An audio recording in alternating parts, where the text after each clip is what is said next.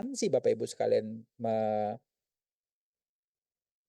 memilih periodik triwulan, maka yang muncul adalah triwulan 1, triwulan 2, 3, dan 4. Kurang lebih seperti itu. Di sini Bapak Ibu bisa lihat dan amati, di sini sudah ada periodik bulanan yang saya gunakan. Kebetulan BKN kami menggunakan periodik bulanan.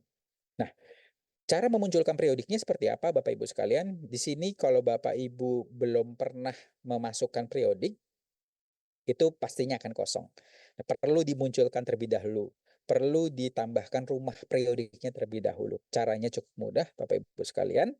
Caranya adalah di bagian atas, ini ada tombol tambah periode penilaian. Nah, Bapak Ibu sekalian cukup mengklik tombol tersebut, kemudian memilih periode penilaiannya. Entah itu Januari, Februari, Maret, dan seterusnya.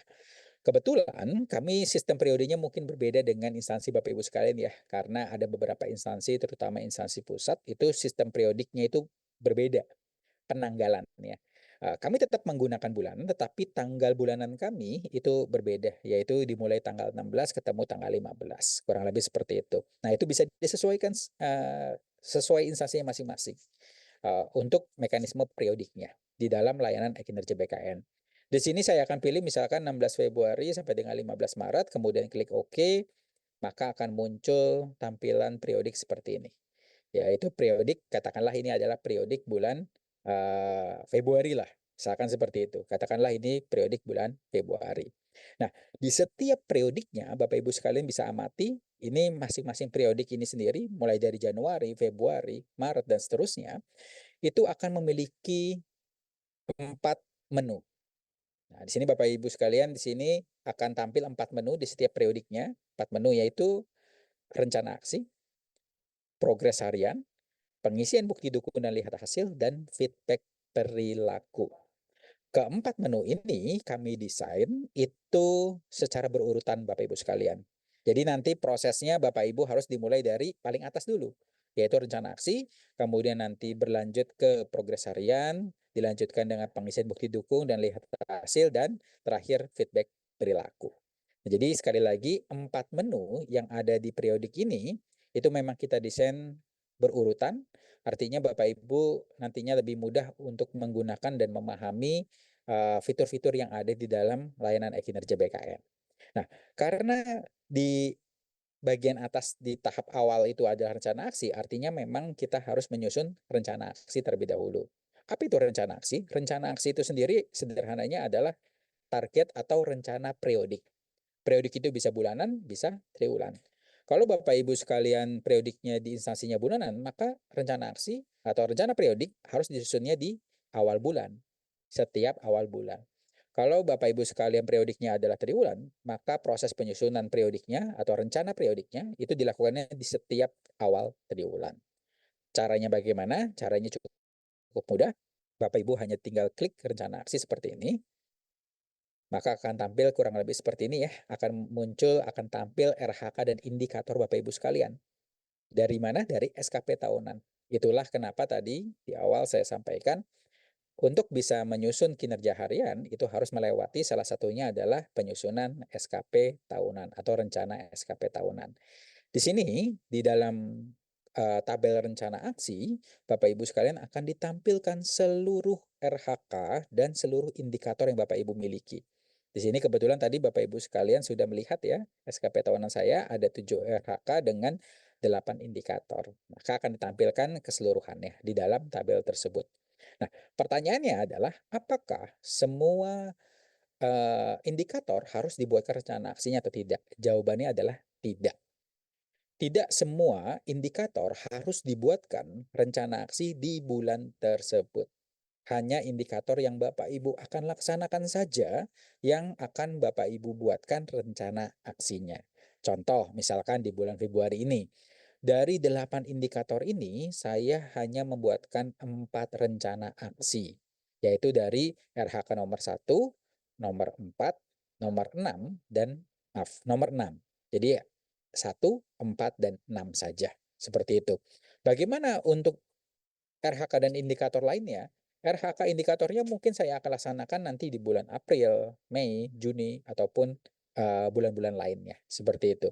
Sekali lagi, tidak semua indikator yang ada di dalam SKP Bapak Ibu sekalian itu harus dibuatkan rencana aksi di bulan tersebut. Hanya indikator yang memang akan Bapak Ibu laksanakan di bulan tersebut yang harus Bapak Ibu buatkan rencana aksinya. Seperti itu. Nah, pertanyaan selanjutnya adalah bagaimana cara saya menyusun rencana aksi? Caranya cukup mudah, Bapak Ibu sekalian. Caranya adalah Bapak Ibu lihat di kolom rencana hasil kerja, di situ ada tombol tambah rencana aksi. Disitulah nanti Bapak Ibu bisa gunakan tombol tersebut untuk bisa menambahkan rencana aksinya.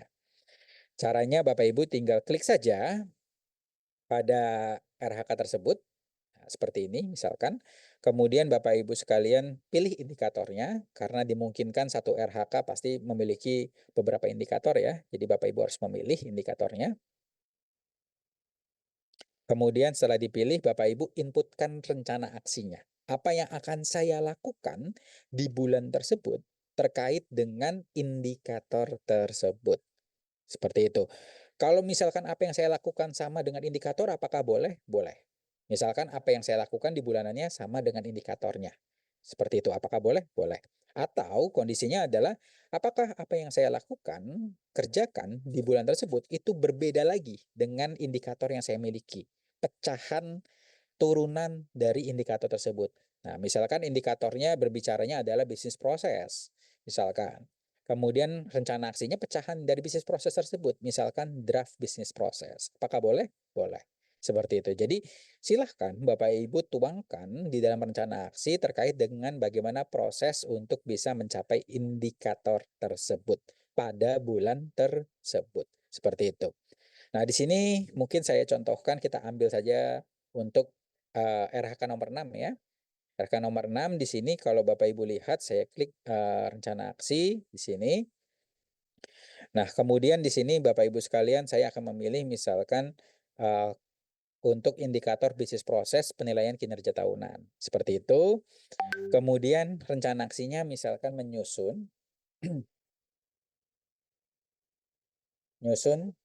draft bisnis proses penilaian kinerja. Nah, kemudian saya tentukan jenis rencana aksinya. Untuk jenis rencana aksi, itu ada dua, Bapak Ibu sekalian. Yang pertama adalah trajektori, dan yang kedua non-trajektori. Apa bedanya antara trajektori dengan non-trajektori? Sederhananya seperti ini, Bapak Ibu sekalian.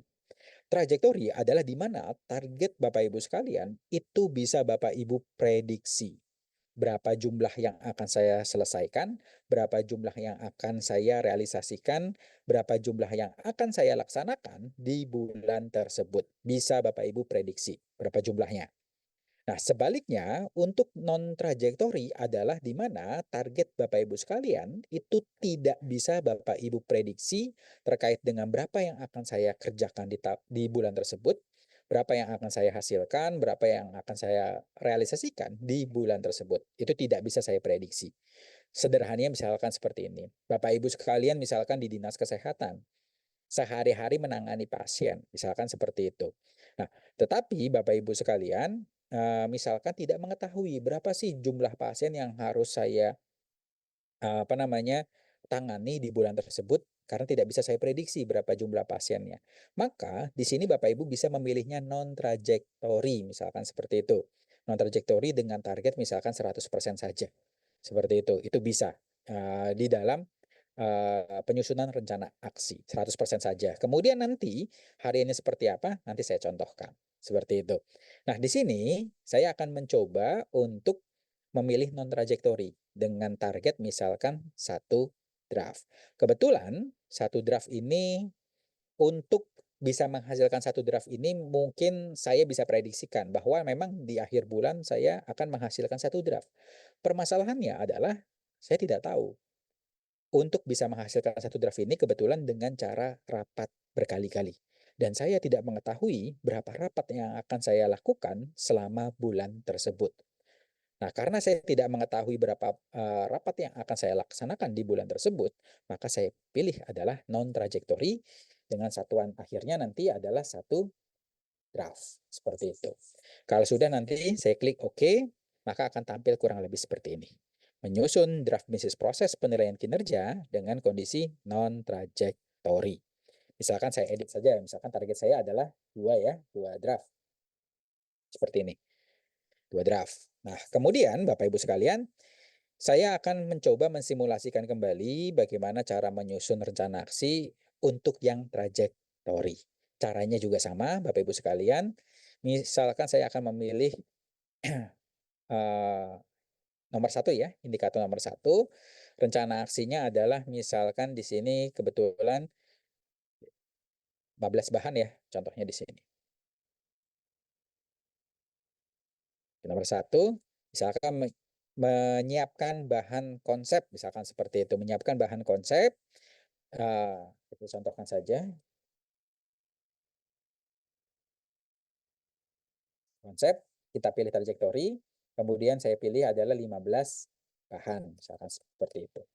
Kalau sudah Bapak Ibu klik OK, nanti akan tampil kurang lebih seperti ini. Menyiapkan bahan referensi penyusunan konsep, targetnya adalah 15 bahan. Nah, ini ada 2 rencana aksi yang berbeda ya. Satu trajektori, dan yang kedua adalah non-trajektori. Nah, untuk simulasi pada siang hari ini, kita akan menggunakan 2 rencana aksi ini di dalam proses penginputan kinerja hariannya. Bagaimana cara menginputkan kinerja hariannya? Setelah Bapak Ibu sekalian menyusun rencana aksi seperti ini, caranya juga cukup mudah Bapak Ibu sekalian. Sekali lagi dengan cara mengklik tombol SKP, kemudian memilih menu penilaian. Sekali lagi bahwa keseluruhan proses